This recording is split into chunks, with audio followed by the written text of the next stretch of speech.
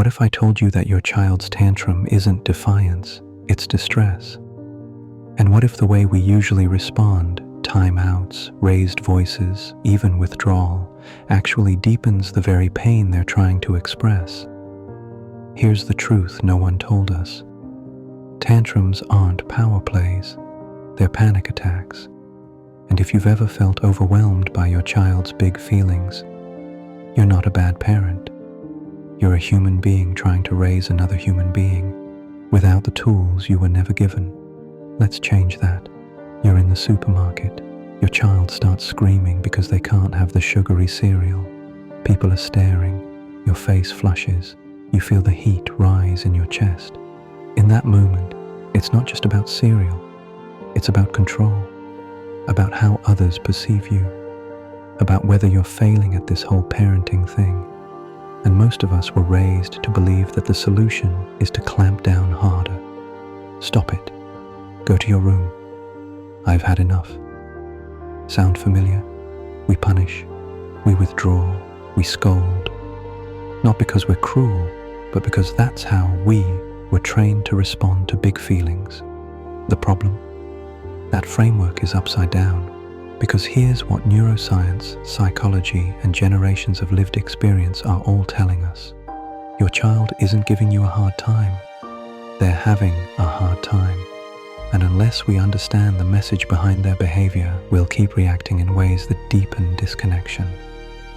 Let's start with what trauma expert Dr. Gabor Maté teaches. Trauma isn't what happens to you, it's what happens inside you as a result of what happened to you. So when your child explodes into a tantrum over the wrong colored cup, it's not manipulation, it's dysregulation. They don't yet have the capacity to name their feelings, to process overwhelming stimuli, or to make logical decisions. Their nervous system is in survival mode. This is where polyvagal theory becomes essential. According to Dr. Stephen Porges, children and adults operate through three core states: safe and social, calm, connected, able to learn, fight or flight, activated, aggressive, anxious, freeze, shut down, disconnected. When your child is safe, they co-regulate with you, they borrow your calm. But when triggered, their body floods with cortisol and adrenaline. Fight or flight takes over. Logic disappears. And if we meet that survival response with our own, yelling, threatening, punishing, we reinforce danger. We deepen the trauma loop.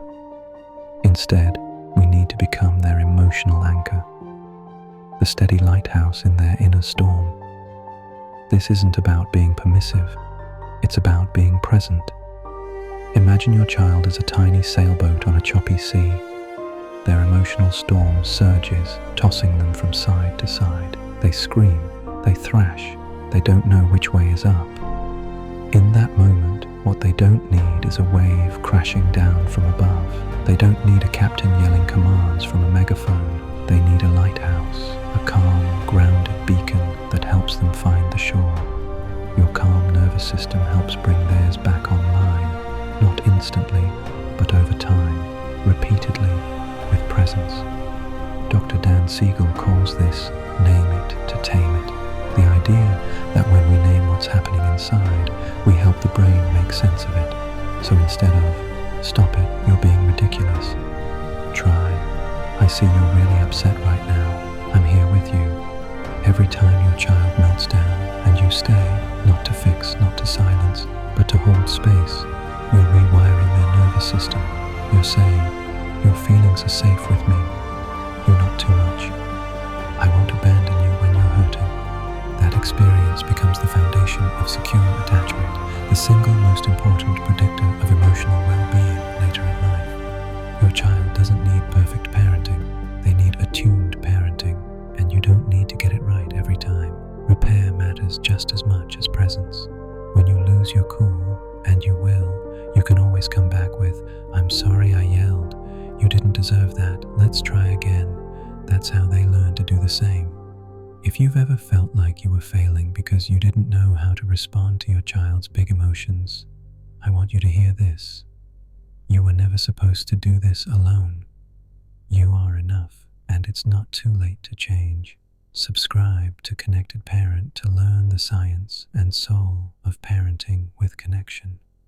Because when you stop trying to control your child's behavior and start connecting with their emotions, everything changes. You've got this.